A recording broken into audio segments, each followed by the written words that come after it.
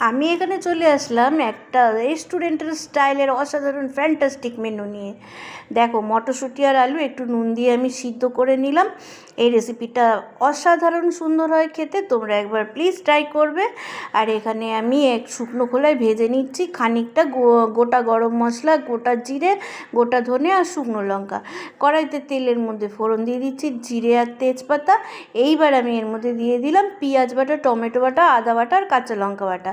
এটাটা দিয়ে সুন্দর করে মশলাটা কষিয়ে নিতে নিতে এর মধ্যে একটু শুকনো মশলা দিয়ে দিলাম, গুঁড়ো মশলা, যেটা হচ্ছে হলুদ গুঁড়ো, অল্প করে জিরে গুঁড়ো, অল্প করে ধনে গুঁড়ো দিয়ে দিলাম একটুখানি জল দিয়ে, যাতে মশলাটা আরও ভালো করে কষানো হয়, নাহলে কাঁচা গন্ধ বেরোবে। মশলাটা সুন্দর করে ভালো করে কষিয়ে নিতে হবে। একদম দেখো কষানো হয়ে গেছে। এর মধ্যে দিয়ে দিলাম সেদ্ধ করা মটর আর আলু, তার মধ্যে দিয়ে দিচ্ছি চিনি, তার মধ্যে কয়েকটা 4টে কিউব মতন দিয়ে দিলাম বাটার, দিয়ে দিচ্ছি এর মধ্যে কাসুরি মেথি, দিয়ে দিচ্ছি এর মধ্যে একটু তেঁতুলের জল। এবার দেখো অসাধারণ টেস্টি একটা ঘুগনি তৈরি হয়ে গেছে। এর মধ্যে যেই মশলাটা গুঁড়ো করে রেখেছিলাম ওটা হাফ কুটো করে দিয়ে দিলাম।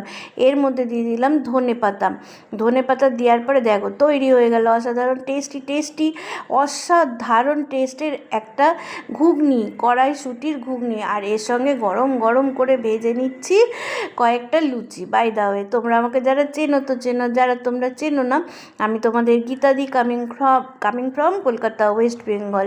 তাই যদি রেসিপিগুলো ভালো লাগে সাবস্ক্রাইব